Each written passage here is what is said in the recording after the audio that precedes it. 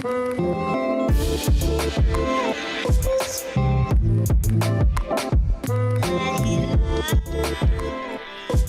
this is Sanyam Bhutani, and you're listening to Chai Time Data Science, a podcast for data science enthusiasts where I interview practitioners, researchers, and cagglers about their journey, experience, and talk all things about data science.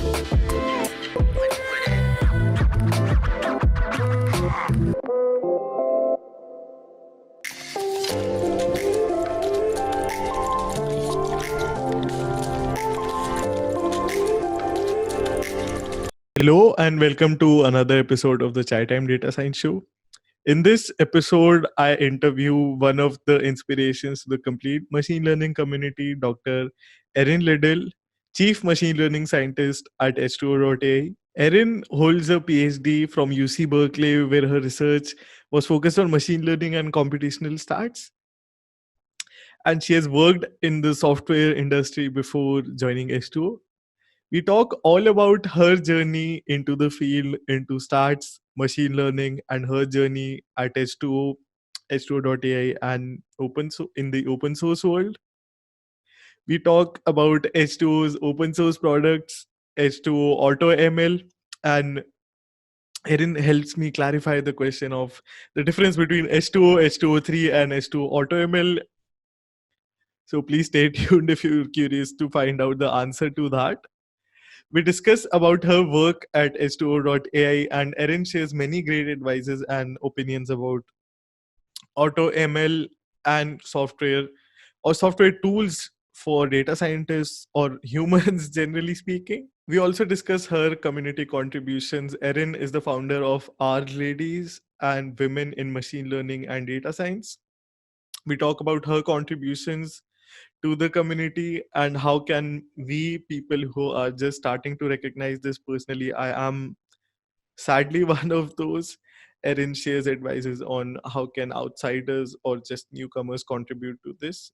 So I'm really excited to be sharing this interview. Quick reminder to the non-native English speaking audience, please remember to enable the subtitles on YouTube for a better watching experience. And for now, here's my interview with Erin Ledell. Please enjoy the show.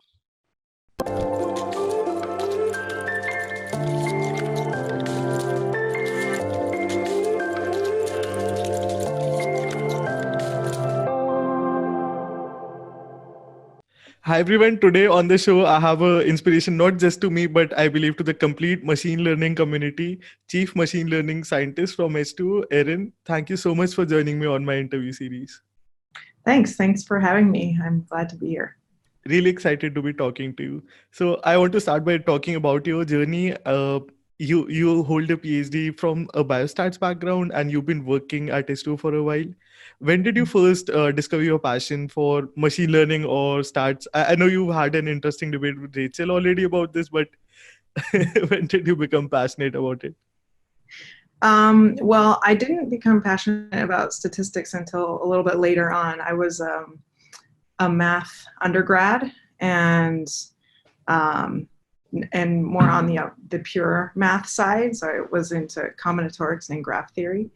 And then I started a math PhD immediately after undergrad. And after about 2 years, realized that I was spending more time on the computer than with my pencil and paper. And I wanted to kind of, I guess I got excited about computing and programming. And so basically I exited that program with a master's degree and then became a software engineer. Okay. And then later, like a couple of years later after that, that's kind of when I started to learn about machine learning. And then when I first learned about it, it was kind of presented as this computer science thing. And so I didn't understand at the beginning that's really actually more like just statistics, which is something that I could, feel more comfortable with. And so, yeah, then that was back in like 2007 or so, or 8 or something like around that time. And then at that time, there weren't any boot camps. There weren't any like online courses, like none of that existed. So I just figured that the way to, go more deep into machine learning was to get a PhD. Okay. And so then I started to look around and apply to programs. And then I joined, started my PhD in 2000 and I forget if it was 2010 or 11 at Berkeley. So yeah. I read in one of your other interviews that you were always drawn to math. Was it the same case with programming coding as well, or did you pick up these as you found your interest? Yeah, I think what happened was once I left pure math and then I went into industry for a while, I realized that essentially nothing that I did could be used unless you could put it into code. So I think I just realized that how important it was to be able to be proficient in coding, and then I liked doing it too. So it's like a need-based thing and also something that I enjoyed doing. Awesome. And you were much ahead of the curve. You worked on ensemble techniques during your research. How did you find your interest for this topic? And because I think at that time this wasn't much common. I think Grandmaster Marius was one of the very few people who were working on these at that time. Yeah, so that just comes from my advisor at Berkeley. So this person named Mark Vanderlaan. So I had two advisors, and he was one of them. And this is just something that he put a lot of research into. So kind of the history behind stacking and stacked ensembles, that's kind of the type of ensembling that I tend to spend the most time doing. It was a thing before my advisor kind of got a hold of it. So it was something that was published. People knew about it. It was a technique, but people didn't know necessarily like why it worked. Okay. Just that it kind of worked. So that was a contribution by my PhD advisor. So he proved all the theory sort of behind stacking and why does it work, and a bunch of sort of very theoretical asymptotic results that show that essentially the TLDR is that the ensemble should always have have better performance than the best base model inside. Now, in practice, that isn't always the case, and this is because this is based on asymptotic theory as n goes to infinity. So if you have enough data, that should be the case, but sometimes in practice it's not, and that's something you can maybe debug a little bit. But so yeah, that's how I got became aware of it. So there was a PhD student before me named Eric Pauly, who now is a biostatistician at the Mayo Clinic, and he was kind of the grad student around at the time when they really first started doing this work. And then he made a package called Superlearner in R. And then basically when he left, I came in and then sort of started doing a lot of the same work that he was doing, and started working on the Superlearner package and the software. And I think when I first heard about it, or maybe when I first heard an explanation of the theory, it was in a class taught by my advisor, and I remember him saying like, yeah, this will be better than any other model, blah, blah, blah. And I was like, I remember raising my hand and like, why isn't everyone using this all the time? I don't understand. Like, it doesn't make sense why that this exists and that it's not ubiquitous. So I guess, there are some practical reasons why people don't always use ensembles in every case.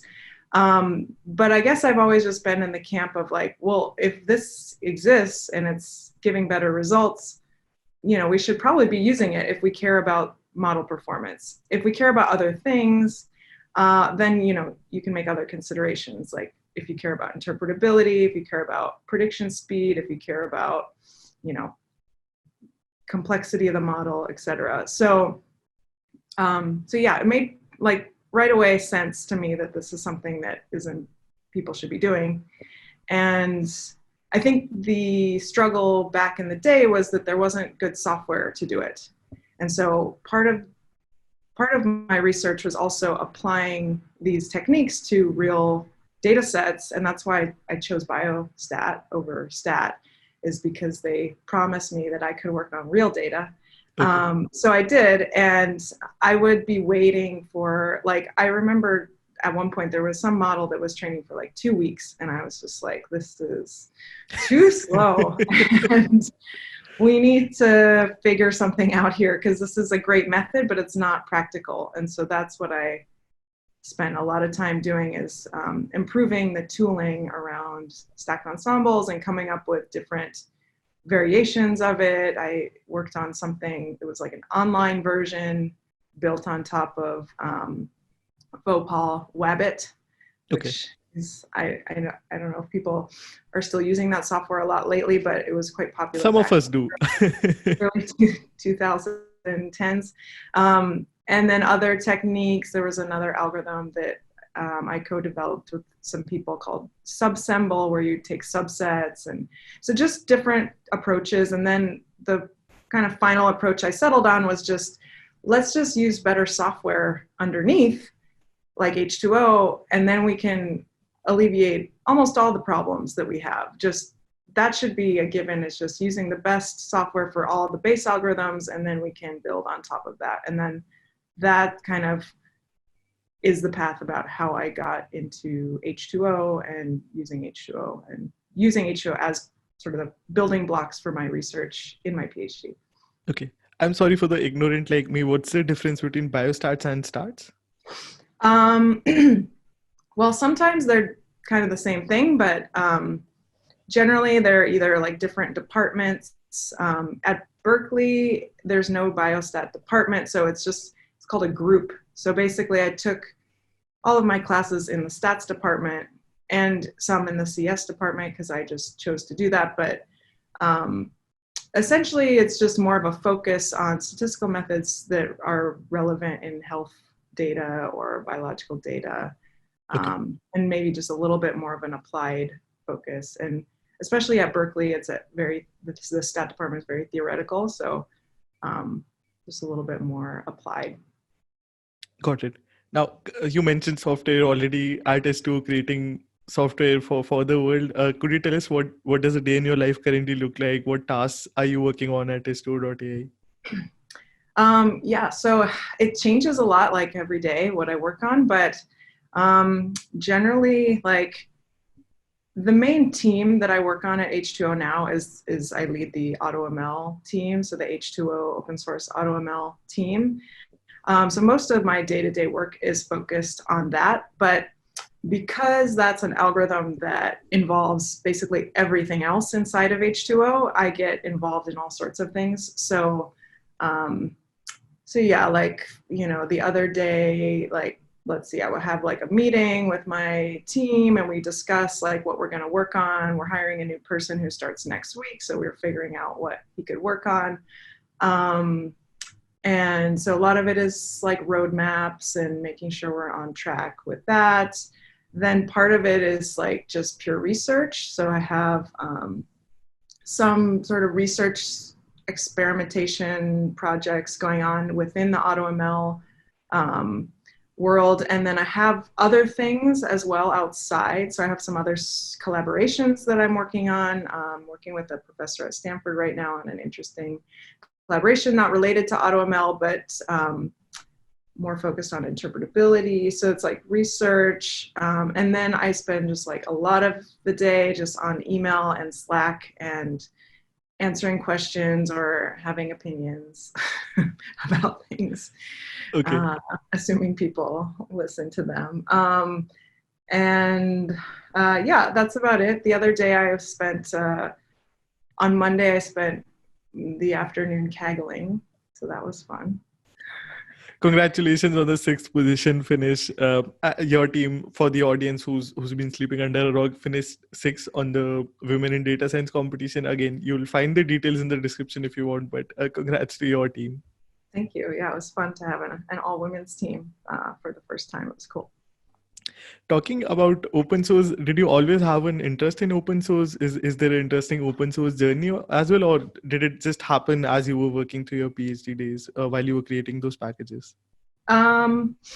Yeah, I mean, I think I probably in grad school is when or in my PhD when I got really involved in the open source community. And um, part of the reason that I like to do open source is the community, and especially the R community. I do a lot of Python as well, like just as part of my job, and in my past in consulting roles, like a lot of Python. But I like the R community a lot, and so part of it is just like a social thing. Like I just want to like be part of the conversation. So this is how we communicate, is by software. So um, it's kind of like interesting to see what people are working on and see how their careers or paths or research evolve over time. And I've known a lot of the people in the R community for about 10 years now.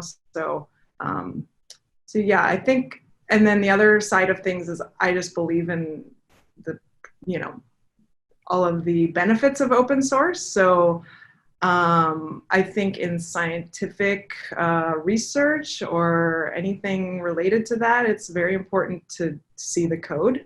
Yeah. And I'm not opposed to closed source tools, but I think there always has to be an open source implementation of something. It should never be only locked up in one place. So I think, yeah, to enable research to go forward, and also just making good software accessible is an important thing, just to sort of make the playing field fair. Because a lot of the like really cutting edge machine learning stuff is happening in big corporate labs. So I think it's important, and that is the case, that a lot of these labs are releasing open source software. So we are kind of like on the right track there. But I think that's important to keep doing that, and I think it will continue to do that. But when I first joined, or when I first learned about H2O, which was 2012 or 13, maybe it was 13.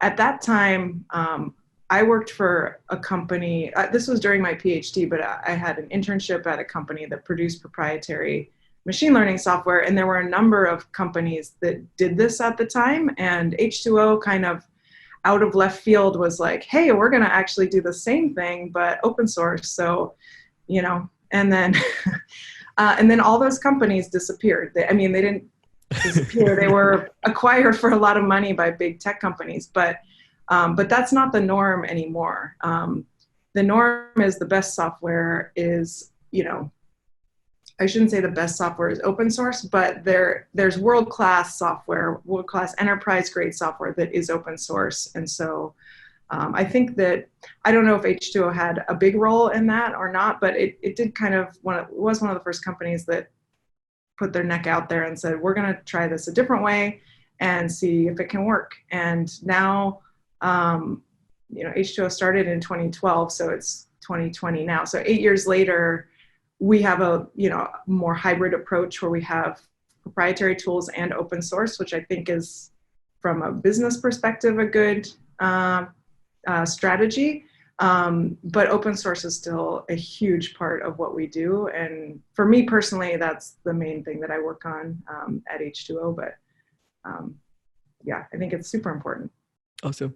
I need your help with clarifying this for the audience. I'm sure you get asked this all the time, but people struggle with understanding what is H2O3, what is H2O-AutoML, and what is H2O, because the names are synonymous. Where Yeah, does yeah, we did that on purpose to confuse people, I think. Just kidding. So let's clarify the name. So H2O.ai, that's the name of the company that, both you and I work at. So that's one thing. That's also our website address, H2O.ai.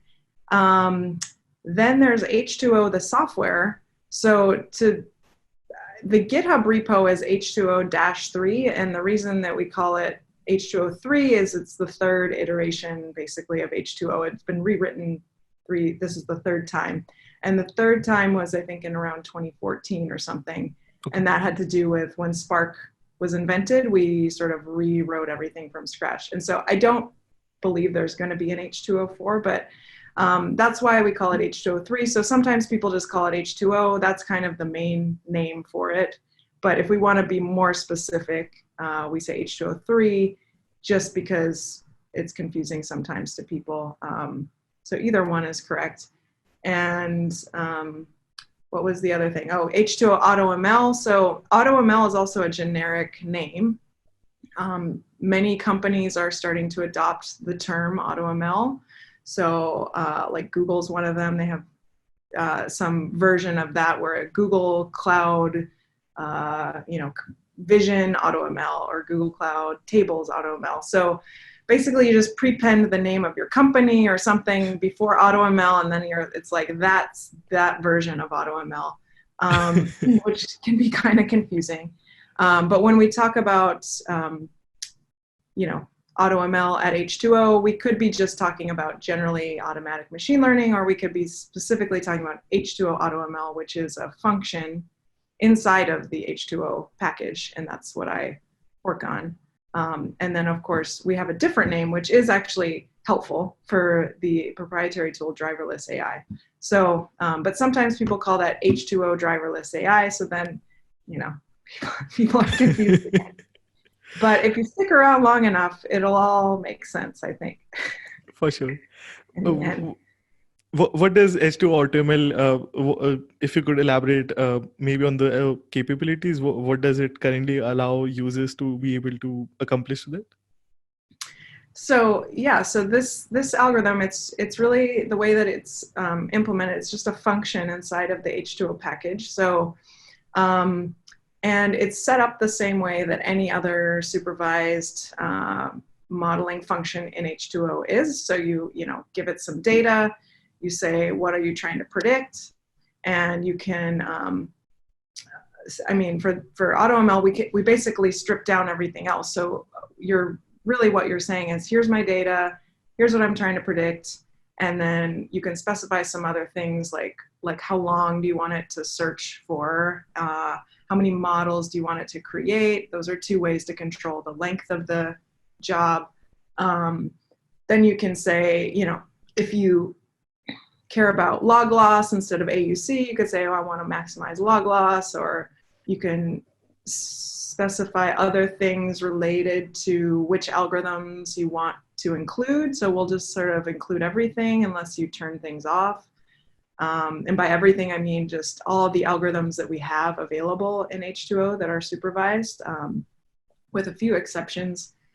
Some of the algorithms that we have in H2O we haven't put in there, and we might do that, but like, for example, we don't have SVM in there yet, or we don't have naive Bayes because it's not super powerful.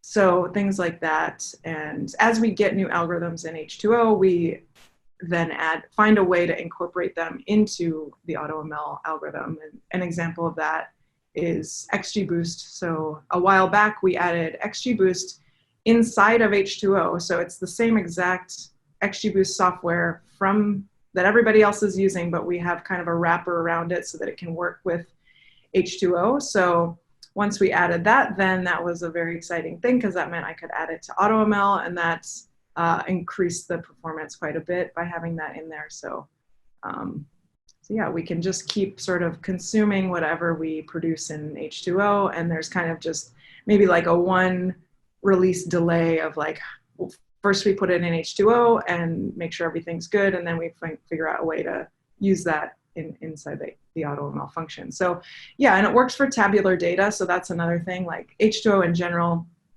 what it's used for is tabular data, so rows, columns, whatever. You can have non-numeric columns, you can have categories, etc. But that's kind of the traditional interface. So very similar to scikit-learn or something like that.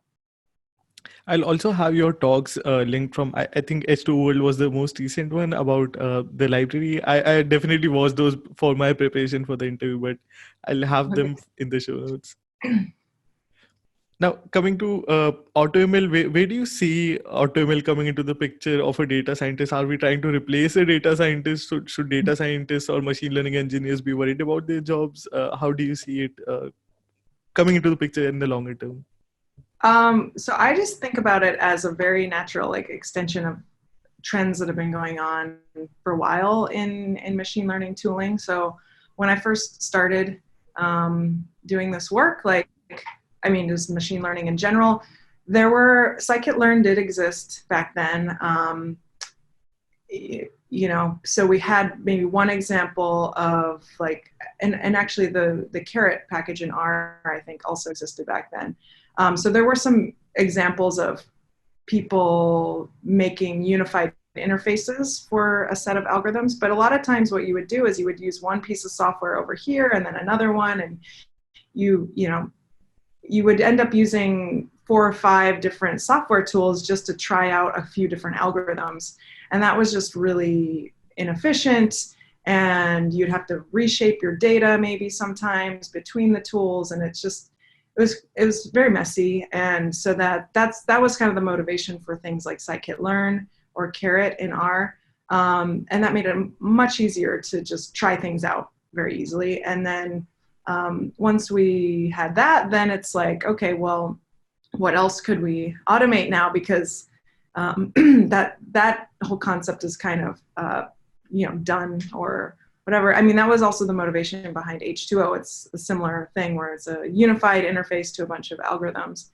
And so then it's like, well, what else could we do to sort of make the process of doing data science more efficient?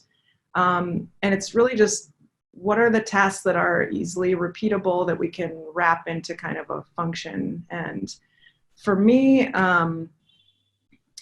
at the time, what I was doing is I was using a bunch of code over and over again to do the same thing. So I would train a bunch of models through, you know, some sort of random search or you know, different techniques, but generally like random search, and then I would ensemble them together. And then, so I just had this big chunk of code that I kept reusing and tweaking and changing.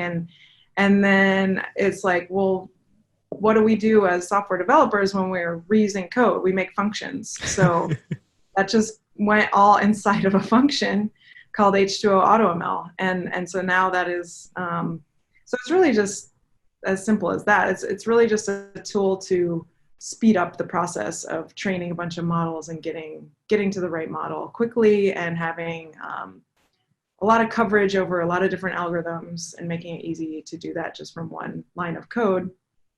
And yeah, so I think like that's where we are now, and that's kind of how we got here. And I think, you know, H2O is not the only AutoML tool, so there are other open source tools, and I would imagine that they had a similar evolution. Is just like, okay, here's this thing that we do, how do we do this more easily? And yeah, so that's kind of the process. And I think, you know, well, we're not done yet. So we're on some big trajectory where we're always making better tools to make ourselves more efficient. So I don't, like, to answer your question, I don't think we're gonna replace data scientists. I think we're making them more efficient at their jobs, and we're giving them better software. And now that this exists, if you're not using it, there are other people that are using it and are more efficient than you. So it's kind of like, you know, just like now, if you wanted to be like, okay, I'm going to start a new data science problem, I'm going to re-implement random forest from scratch, and like, because I want to do it my way, or, you know, it's like, okay, that's fine.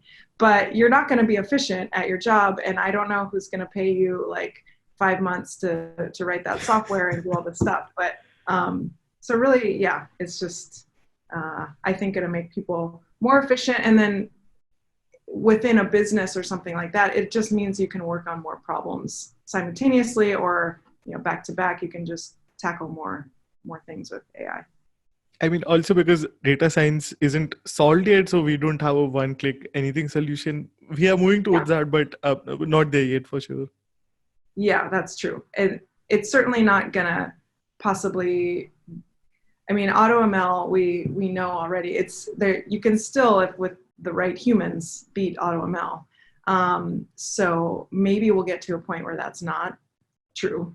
Or maybe we'll get to a point where you just outcompute humans because you have more computing power, and they can, you know, you can do it faster. But yeah, so probably in the next few years, we'll just see more AutoML, more focus on other things like interpretability. That's just something that's kind of been on back burner for a long time. I think people have been thinking about it, but there's so many other immediate problems that needed to be solved that I think now we have more space to work on things like that. And it is important to do that. And we probably should have been doing a lot of that earlier before everything was, optimized by machine learning. Because we're seeing like lots of backlash around people deploying things that maybe shouldn't have been deployed, or they're harming certain subpopulations. And would have been nice to think about this beforehand, but sometimes, this is sometimes how humans learn. So talking about that, do you think there's any research area that needs more active research, maybe carbon neutral, machine learning, fairness, explainability? I know H2O is already making a push towards that. I've already had interviews, just as a plug for myself, but on the series, what's missing from the list according to you? Well, I think everything you just said on that list are things that, we should be spending more time on. And especially the interpretability stuff, like it's really hard to get a job being paid to work on that. So basically there's a few places that hire for that, like Microsoft and Google. H2O would be also one place where you could work on that. But and I know there are a few startups that are trying to do stuff like that, but we need more research and more jobs where people can work on those things, because I think they are critically important. And there have been a number of issues raised around a lot of these like very cutting edge modern like language models that are taking like $1 million to train on EC2 or something like that. There was some paper about it. And so I think like research is still very computationally heavy, and it would be good to come up with ways to reduce the computation of those things. But I think that's just kind of the process. First, you come up with the techniques so that they work, and then you can figure out how to make them a bit more efficient. I don't know if that's the right order, but and I think actually, I think that's where AutoML will go in a number of years. Like right now, it is a lot about computation and just trying a bunch of things and doing that in an efficient way, but you're still training a bunch of models. So, but I think probably where AutoML is headed is that rather than actually training all those models, we will predict what the results of the models would be and then decide what we do want to train and what we don't have to train. So that would be like the golden ticket, So just use machine learning to predict what the right best model would be, and then you just train that one model and you're done. But that's machine learning to do machine learning. So I think this is a whole topic in AutoML research, and I think probably the people that are doing the most work on that, at least in the open, I'm sure there's a lot of work in the private labs on this, but is the openml.org group. So they have developed a platform, and this wasn't necessarily the purpose of the platform, but the purpose of the platform is to have a reproducible network, basically, or platform for publishing results from like running machine learning algorithms on a bunch of data sets. So they have a very sophisticated process of how they categorize all the data sets and all the tasks that you do on the data sets and how they gather all the results. And they've been doing this for a number of years. And so I think at some point, like that could become sort of the training set for AutoML. Although I'm sure that the cloud companies are recording all the results of everything that people are doing. So they're probably doing something similar. So if you're running a cloud-based AutoML, you first have to require people to upload their data to your cloud, which, there's a lot that can be said about that. But then they have the data, then you're paying them to run the experiment, and then they collect all the results, and then they could basically very easily do something like this. So I'm sure that that's happening, and I think it's important to have an open source version of that. That's why I think OpenML is important, because if we don't, what that means is that the cloud companies are going to be the ones that have this data, and they're going to be the only ones that have this data, and then they're going to have an edge that they, we don't generally, for one company to have an edge over everything else, that's what we call a monopoly, and that's not good. So so I think it's important for the open source community and the research and the academic community to stay ahead of that as well. And they are. There's there's a whole workshop at NeurIPS about this topic. So for sure. And to give credit for the question, this question was by Eric, including a few questions after this as well. Eric from Twitter, thank you for the questions. Talking about ensembling is a sophisticated and powerful technique, and interpreting this can be a challenge. How do we go about doing that? How, even though it gives a boost in accuracy, how do we reasonably use ensembling? Well, I think it depends, like, how big your ensemble is. So maybe if you have like 3 models in your ensemble, it's a bit more easy to wrap your head around. And especially if you do just like a linear combination of those models, then it just comes down to understanding the individual models that you have there. I think that pretty much, other than GLMs and decision trees, like every machine learning algorithm suffers from this sort of black box issue where, for the most part, your brain can't understand what's happening. And so you put some data in, you can get it out. There's some things that you can do then, like, so we have all these model agnostic techniques for debugging or interpreting machine learning models. And I think the same applies to using ensembles as it does to like a gradient boosting machine, which is also another ensemble, or random forest, another ensemble. So most of the really effective machine learning algorithms are ensembles. They even do this with deep learning. There's a lot of deep learning ensembles, that type of thing. So I think what we need to do is just keep focusing on model agnostic tools, meaning a function or an algorithm that can work on any kind of algorithm. Doesn't matter if it's some 300 model ensemble or a simple random forest.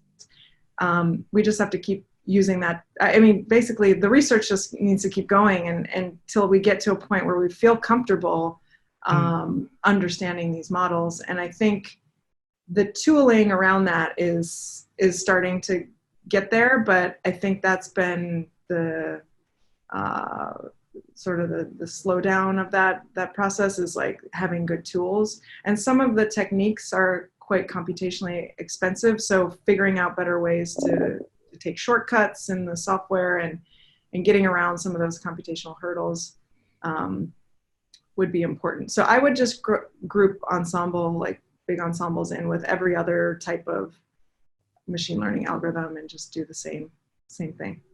Okay. Zooming out from that, talking about machine learning, generally speaking, what's your opinion on the future research? Where do you see the field heading towards, or where do you wish the field should head towards? Any direction? Well, I mean, I really like this AutoML trend, but I think if we want to keep moving in the direction of AutoML, I think we have to equally move in the direction of interpretability, because the easier that it is to produce all these models, the more people are going to deploy them and the more dangers that's going to cause. So we really need, if we're going to do this thing where we're sort of accelerating machine learning research through AutoML, we need to also accelerate a lot of that other stuff, that the protections that go around it, like debugging tools. And this is kind of a thing that I have been working on in another collaboration, is trying to understand better, like where are the models failing, and when is it actually inappropriate to use a machine learning model? Like maybe your data just isn't good enough and you shouldn't use this model, or some other reason. But yeah, I think that would be where I think things are headed. Just more automation, better tooling always. And like I said, around like where I think AutoML is headed, I think it's more of like in a meta learning type of realm where we're going to, I mean, yeah, the best way to not use compute power is just to not use it rather than to like minimize it in some, just if we can just predict the results from that, that's super, that's a really powerful tool. And I think, there's been in the last 10 years or so a really big push with deep learning. And I do still see that going forward. Like a lot of people, especially people that are new to the field, maybe even start with deep learning and don't meander into the GBM or random forest zone. I think that's not a good long-term strategy, but I think every tool or every algorithm has its place. But I think that as we trend towards more AutoML tools, we'll see less of a fixation on what is the algorithm itself. Because I think a lot of the popularity around deep learning is just this like obsession with deep learning as a concept or a marketing thing. Like people are just like, oh, I do deep learning, so that's the best thing and I'm cool. So I think when people, and this has always been the case, like before that, it was people, oh, I love random forest and I won't use any other algorithm. And then, then people like GBMs and then they won't use any other algorithms. So people get really fixated on using particular algorithms. And I think, one reason is because you get comfortable with something and you want to just keep using the thing that you're comfortable with. And then you come up with other reasons about why you're doing that instead of just saying, I just like this algorithm because I'm good at it. But so I think once we make it a bit more abstract and say, let's not be so attached to deep learning versus GBMs versus whatever, people will sort of loosen those attachments and then get more focused on what the real problem is, which is just solving the task with the best performance. So. Okay. Hope to see that. Okay. Zooming out from that, and this is an important contribution that you have been involved in. You started two communities that now have grown to a huge extent, RLadies and Women in Machine Learning Data Science. Why did you decide to start them? Why did you feel the need to start this? What's the origin story? Yeah, so both of these groups, they're very similar in their purpose. And that's really just to get more women into these fields. And it's really just a matter of being in the field. It's not very fun to be around, to not have anybody that's like you. So I think when I started, so Women in Machine Learning and Data Science is WiMLDS, WiMLDS.org. That I started in 2013. And that was just a consequence of going to the Women in Machine Learning workshop at NeurIPS. I went there 2 years in a row, and I just, I live in the Bay Area right now. You're in the H2O headquarters here, which is in Mountain View. There's so many meetups here. It's like insane. So I would just go to meetups all the time when I was first really learning a lot of data science, and I would just be the only woman, or like there would be 5 women or something. And it just seemed like an obvious thing that needed to be fixed. And so having the idea from WiML Workshop and the idea of like going to a lot of meetups, I just felt like one way to get more women into the field is just to, first of all, get them exposed to machine learning and make a community for them where they feel excited about going to the meetups instead of kind of like dreading them in a way. And then also what we do is like we always have female and non-binary speakers. So that gives people practice at being speakers. So that's another area when you go to conferences too. It used to be the case, and it's not so much the case anymore, although it's still quite bad.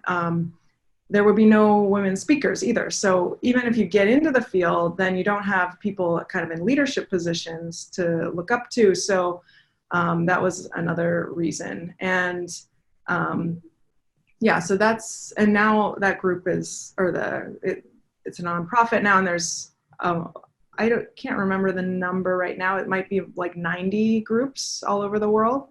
Okay. And I think there's 12 or 13 in India now. I Okay. can't remember the total. There's always, I think there's 12, and there's one on my to-do list to start a new one. So yeah, it's pretty popular. And then same with RLadies. So in 2016, me and several other people, there were like 6 of us, got together, and there were 3, I think, RLadies chapters at that point, but nobody was communicating to each other, and they kind of just existed independently. So then we all got together, like some San Francisco people and some London people, and decided to kind of make that a thing and create the support for, as a nonprofit, to create a lot of chapters. And that's just really, really taken off. And I think that just says a lot about the R community in general. Like, we have quite a strong community in general, and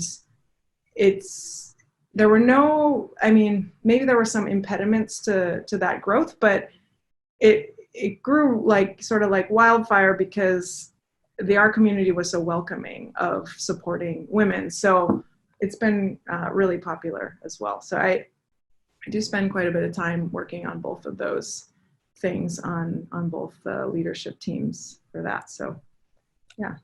Are Python enthusiasts welcomed in the R group? Yeah, that's like the best person, because then we get to convert them. I should mention there's also PyLadies. So I'm not involved in PyLadies like directly, but I know a lot of people that do Python as sort of their main language of choice. There's also a PyLadies network. It's not as maybe centrally organized as the RLadies group, but there are, I don't know how many chapters they have, but they have quite a few chapters in a lot of different cities as well. But they're a little bit more general, so they're not just data science. So Python obviously is a more general language. So yeah. Okay. Looking back in time, do you have any proud moments from these communities, these movements that you started? I mean, I just get really excited when I see people like in other places of the world, like kind of just doing this on their own. You know, they get in touch with us, so we don't do anything to try to necessarily, maybe we should try a little harder to like spread the word, but basically people independently see us somewhere on the internet, and they get the idea, and they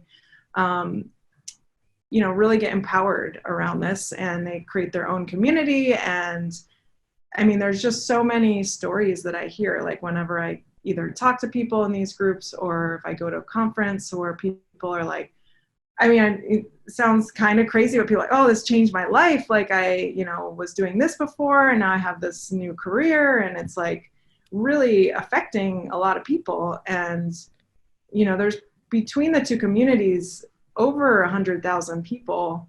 I don't know what the exact numbers are, but at least on Meetup, you can count the people in your groups. And so I think, last time I checked, WiMLDS had over 50,000. I think RLadies has like more than that, like maybe 70. I'm not sure the numbers, but so yeah, there's all these just big impacts, and it's really empowering a lot of people, especially in places where there's not as much equality. And being in the US and being in the Bay Area, I mean, I'm pretty privileged in terms of equality. And, I feel pretty comfortable. There are definitely moments where it's not that way, but, we have a group in like Saudi Arabia, for example. So, people are really changing the culture there by creating these groups. So that is just really rewarding to see that.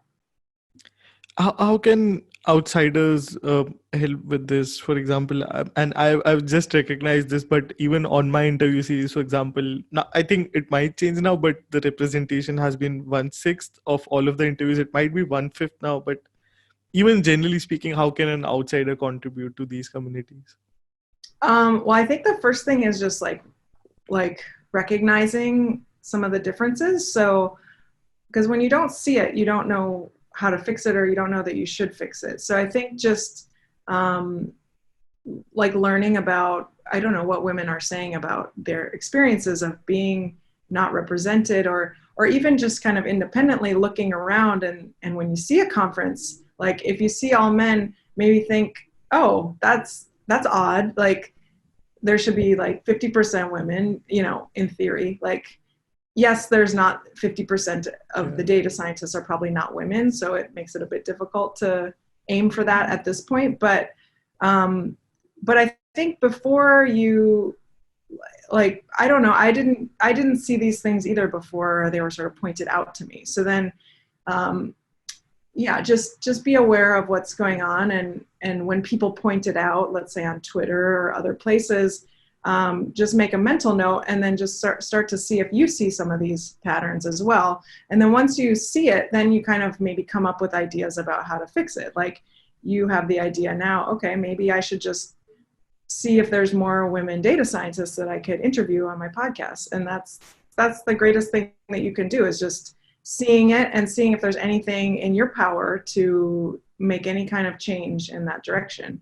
And yeah, and so, I mean, I think visibility is important. So if you're a conference organizer or if you're a meetup organizer, just make it a priority. It's not easy. I'm not going to say like people sometimes get in these bad situations because it's like nobody's trying. Well, maybe some people are trying. There are a few people that I think are trying to not have women, but for the most part, people want to do the right thing. They want to be inclusive, but it does actually take extra work. And so a lot of times once people realize how hard it is to actually recruit women speakers, they just say, I don't know, I asked like 5 people, they all said no, or they couldn't come. So, and they get overwhelmed because like organizing a conference is a lot of work. And so I guess I'm just asking people to be willing to do some extra work, because it's not going to just come for free. So, yeah. And like you said, it all starts with first making a note of that it is a problem to be considered, and just being aware of it. Yeah. So zooming out, and I'm sure you must get asked this all the time, but if you were to give one best advice to beginners who are just starting their journey into the field, what would that be? Well, I would bring that back to the communities again, because I think that the first thing that you should do is find yourself a community to be a part of. And you don't have to do that, but it's going to make your life a lot easier, and it's going to give you the support that you need when you're getting frustrated or you're confused or you're doubting yourself. So find a community, whatever it is, on Meetup, on Slack, on, it doesn't have to be even an in-person community. Maybe it's the Fast AI forums. I know you like that. So like, wherever it is, just find yourself a little place. And then a lot of people get all, oh, should I do R or Python? I don't know which one is better, and everybody fights about it. But like, just pick one and just get good at one language quickly. And then, you will eventually maybe want to know both. There are certainly many other languages other than R and Python that are relevant in data science, but those are kind of the main two. And then, just start learning courses. I mean, I would just say like, there's not one path, and it depends a lot about what your background is, what your interests are, what your goals for your career are. So a lot of people ask me, should I do a PhD or should I not? And there's not a correct answer to that. It's just really very circumstantial, and it depends like where you want to be in 5 or 10 years. Well, let's say 10 years, because 5 years you'll probably still be in your PhD, but where do you want to be 10 years from now? So yeah, and you don't have to know everything, even people that are like experts on whatever, like they don't know everything. So like, you can't be an expert at NLP, image classification, AutoML, software. You can't do everything. So just pick something that's interesting enough to you that you'll keep doing it, and find like personal data projects that you want to work on, and that will motivate you. So if there's some interesting data set, or even if somebody, like I think there are a lot of examples of this on Kaggle, like there's data sets and people do little notebooks and kind of just, and just find a data set. It doesn't have to be something even personal to you, but something interesting enough. And then eventually you'll, get a job. That's kind of the hard part, like transitioning into data science, getting your first job. But that's where the networks come in handy, and don't be afraid to use your network. Like it's, going to help. So don't be afraid to ask somebody for help, or, hey, I saw you work at this company. Could I ask you about working there? And, I think especially if you're an underrepresented person. But anyway, so yeah, just that stuff. And you'll eventually get there, and you'll make a lot of friends along the way. Awesome. Erin, thank you so much for joining me on the podcast, and thank you so much for all of your open source contributions to the community. Thank you. I appreciate you having me on the podcast, and now I'm joining a bunch of other cool people that have participated in this. So.